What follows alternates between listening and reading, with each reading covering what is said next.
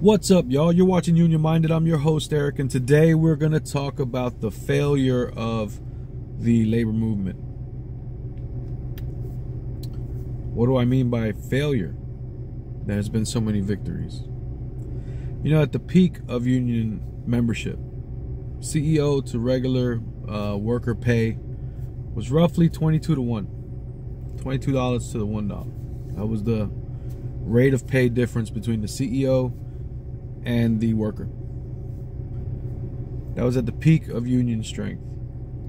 And due to the class solidarity of the owner class, they devised and schemed their way to unifying both wings of the political parties and all of the regulatory agencies, all the way up to the White House, and unified the entire operation of government to essentially the decimation of the working class. And how do we know that this is true? We know that this is true because over the past 70 years, over $50 trillion has been stolen from working people and transferred to the very top owner class. Today, CEO pay is 400 to 1, nowhere near the 22 to 1 that it was at union's peaks.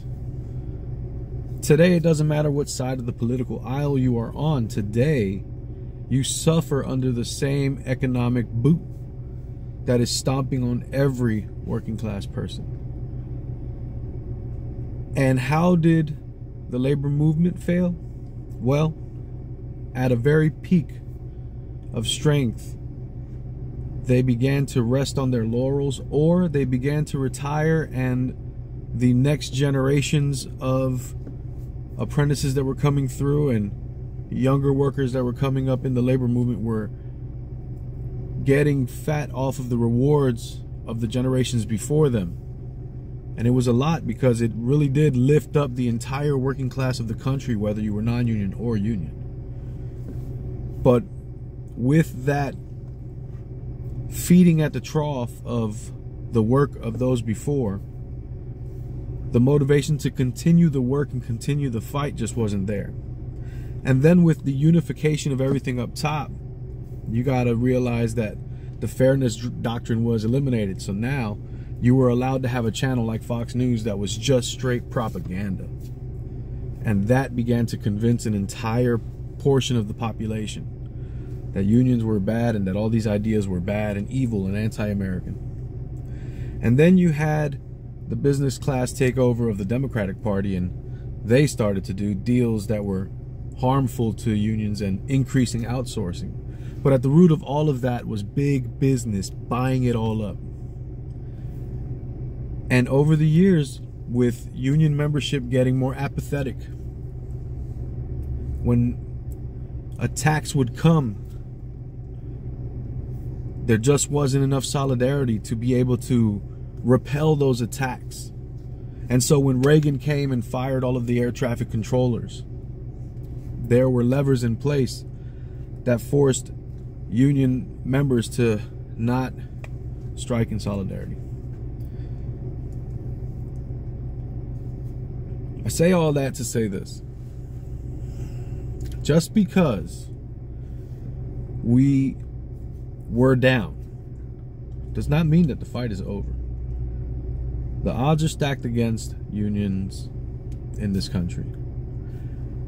Union membership in the private sector is down, last time I checked, which was a few years ago, 7%, 8%.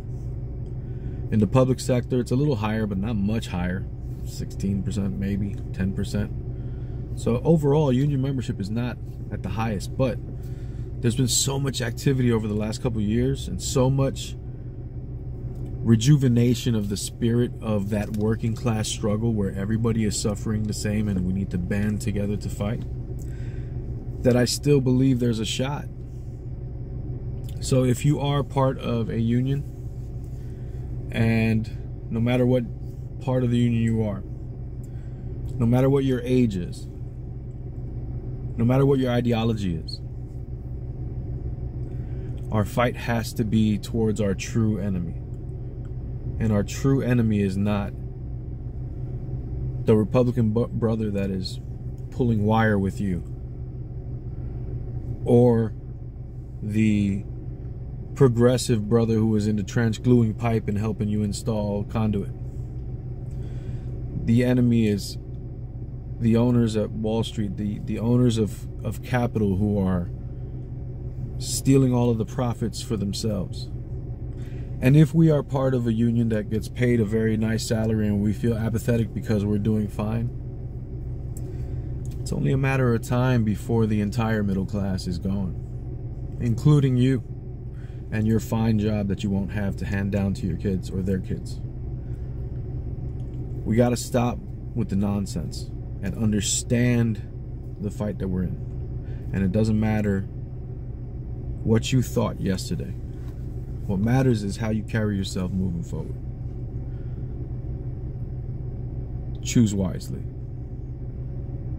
My name's Eric. You're watching Union Minded. The fight's not left and right, it's up and down. And it's going to take class solidarity to win always. Each one teach one, get out there and reach one. And remember, there can't be a union without you and I front and center. Peace.